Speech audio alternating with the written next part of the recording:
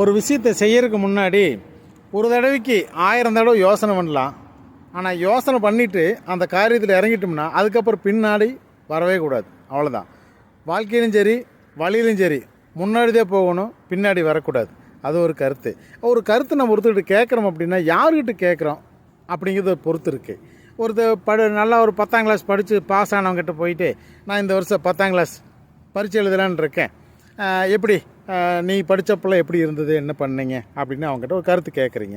அப்போ அவர் 10ஆம் கிளாஸ் படித்தவர் சொல்லுவார், நான் டீச்சர் சொல்லி கொடுக்கும்போதே அந்த பாடத்தை ஒத்து கவனிச்சிட்டு இருந்தேன். அதுக்கப்புறம் வீட்டில் வந்தோன்னே அந்த பாடத்தை ஒன்ஸ் படித்தேன். படிக்கும்போது அந்த பாடத்தில் வந்த கேள்வி பதில் எல்லாமே எனக்கு மெமரி ஆகிப்போச்சு. அங்கே டீச்சரோ இல்லை பரீட்சையிலையோ கேட்குற கேள்வியை ஈஸியாக நான் பதில் எழுதிடுவேன், அதனால் நான் பாஸ் ஆகிட்டேன் அப்படின்னு சொல்லுவார்.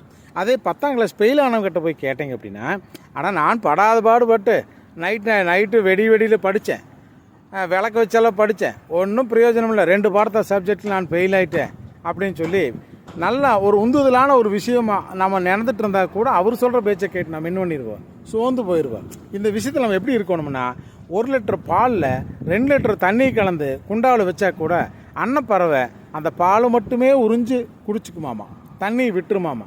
அந்த மாதிரி நல்ல விஷயங்களை மட்டுமே நம்ம இந்த உலகத்தில் கேட்டு தெரிஞ்சுக்கணுமே தவிர கெட்ட விஷயங்களை தள்ளி விட்டுறணும் அப்படிங்கிறது தான் இதனோட கருத்து.